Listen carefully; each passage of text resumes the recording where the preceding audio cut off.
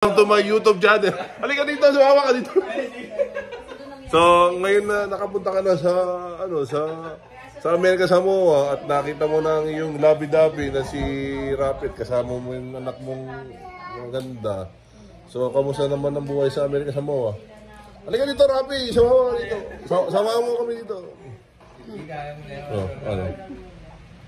Okay naman po, medyo naninibago po. Naninibago. Ibang-iba po yung buhay namin sa Pilipinas sa Samoa. So, nung nagsama-sama na kayo, ano na nangyari?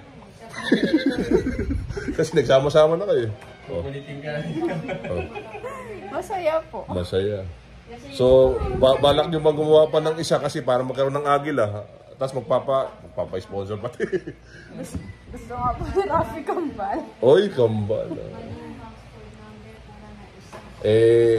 Bagay, ilang araw pa lang ilang araw pa lang ba? 1 week.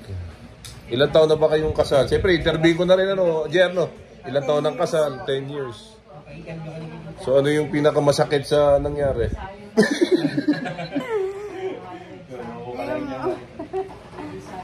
Yung po, nung umalis po si Rafi kasi hindi naman po masabi nung una na wala po sa tabi. So, siyempre, Jer, pag may pinakamasakit, may pinakamasarap. Ano yung pinakamasarap naman?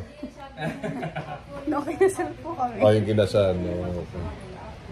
Okay. Alis tumagot tuloy. Oo nga Tsaka napaka-ikli lang Ikaw, ano nga sabi mong bata ka? Ngayon na nakasama mo na tatay mo, wala nang balikan sa Pilipinas. Hindi ka na uwi. Hindi ka na uwi. Basta dito, tiyaga lang at Englishin natin. Tatry lang natin, tatry. So, Tagalog lang. Sige. Kami, Englishin mo kasi. O yan, ganun lang. Gusto ni Tito Ronald.